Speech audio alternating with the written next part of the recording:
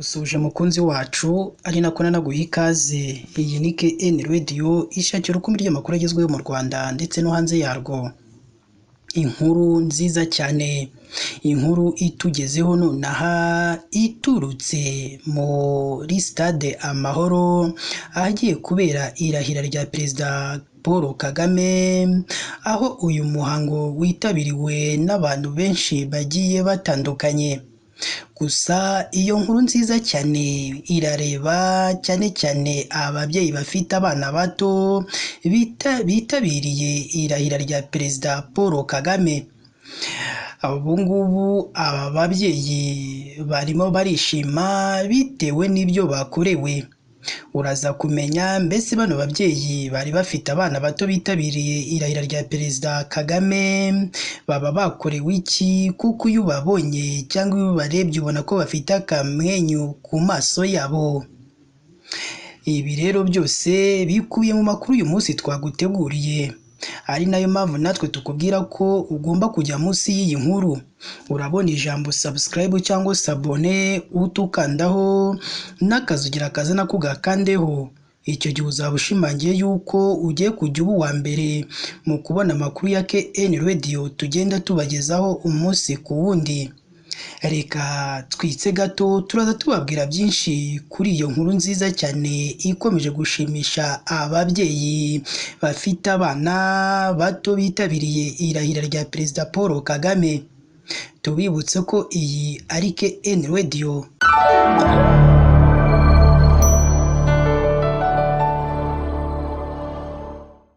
Reka nongere mbaye ikaze rero bakunzi bacu, ndagusuhuje kandi nakwifurije kugomeza kugira umunsi mwiza. Iyi ni KN Radio ishakira urukumbi ry'amakuru yizewe mu Rwanda ndetse no hanze yarwo. Ni inkuru nziza cyane iturutse muri stade Amahoro ahagiye kubera irahira rya Perezida Paul Kagame, aho uyu muhango witabiriwe n'ingeri zitandukanye, ariko ababyeyi bafite abana bato bitabiriye irahira rya Perezida Paul Kagame bafite akamwenyu kenshi cyane bitewe n'ibyo bakorewe. Ese ibyo bakorewe ni ibiki? Ibyo byose rero nibyo tugiye kubagezaho aka kanya. Ubuyobozi bw'ikigo cy'igihugu gishinzwe imikurire no kurengera umwana NCDA bwatangaje ko kuri stade Amahoro ahabereye ibirori by'irahira rya Perezida Paul Kagame hashyizweho ibyumba bibiri byakira abana bato bagakina cyangwa bagahabwa amafunguro bishobora kwakira abana 300. Kuva mu gitondo cyo kuri iki cyumweru tariki ya 11 Kanama 2024, ingeri zinyuranye z'abanyarwanda n'inshuti zabo baturutse imihanda yose berekeza kuri stade Amahoro ahabereye ibirori byo kurahira kwa Perezida Paul Kagame. Mu bahakoraniye harimo n'ababyeyi bafite abana bato bakenera kwitabwaho kenshi kandi mu buryo bwihariye. Umuyobozi mukuru wa NCDA Ingabire Asumuta yavuze ko bahisemo kuhashyira irerero ry'igihe gito bagamije gufasha ababyeyi bonsa kwitabira ibirori bikomeye nk'irahira rya Perezida wa Repubulika kandi bakurikiye bishimye nta kibabuza umudendezo. Umuyobozi mukuru wa NCDA Ingabire Asumuta yakomeje avuga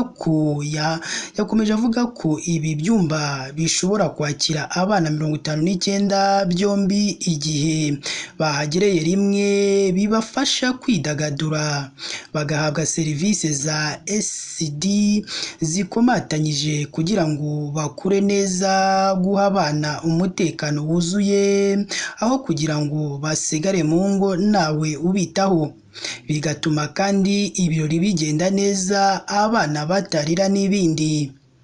Ingabire yavuze ko mu gihe abana baganye aho bateguriwe bagakina cyangwa bagahabwa amafunguro bashobora kwakira nibura abana 300.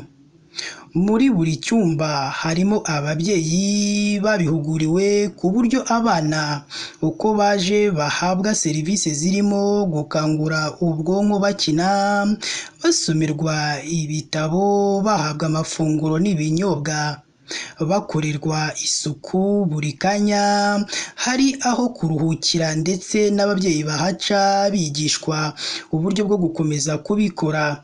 Nabo bagahabwa umwanya mwiza wo kosa abana babo.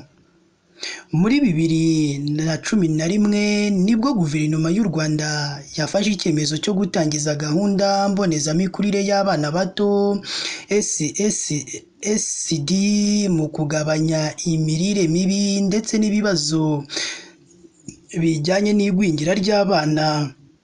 Ingo mbonezamikurire mu gihugu hose zigeze ku 31,482, muri izo izirenga 25,000 zibarizwa mu ngo zitandukanye z'abantu. Ababyeyi bishimiye serivisi bahawe, aho bavuze ko iyi gahunda bashyizeho ari nziza cyane bitewe n'uko batekereje no ku babyeyi bafite abana bato, ngo hari igihe umwana arira cyangwa agashaka kujya kumwosa, ngo cyangwa agashaka aho aruhukira, ngo cyangwa aho afatira akantu ukahabura, ukabura aho umujyana, ariko ngo icyo leta yacu iba yaragitekerejeho kera cyane. Ndagushimiye rero mukunzi wacu, we wahisemo gukurikira amakuru kuri KN Radio, nkubwira ko wakoze igikorwa cyiza kandi igikorwa cy'ubutwari.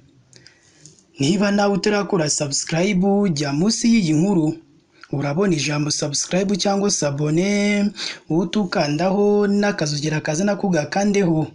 Icyo gihe uzaba ushimangiye yuko ugiye kujya uba uwa mbere mu kubona amakuru ya KN Radio tugenda tubagezaho umunsi ku wundi.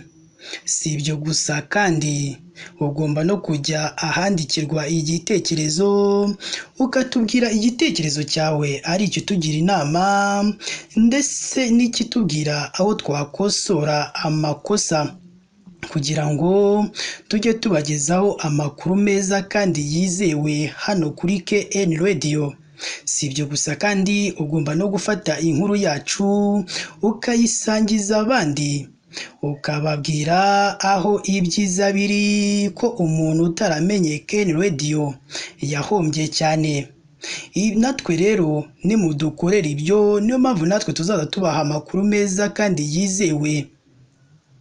Reka nkubwira ati ugomeze kugira umunsi mwiza, kandi Imana yo mu ijuru ijye ikomeza ibarinde umunsi ku wundi.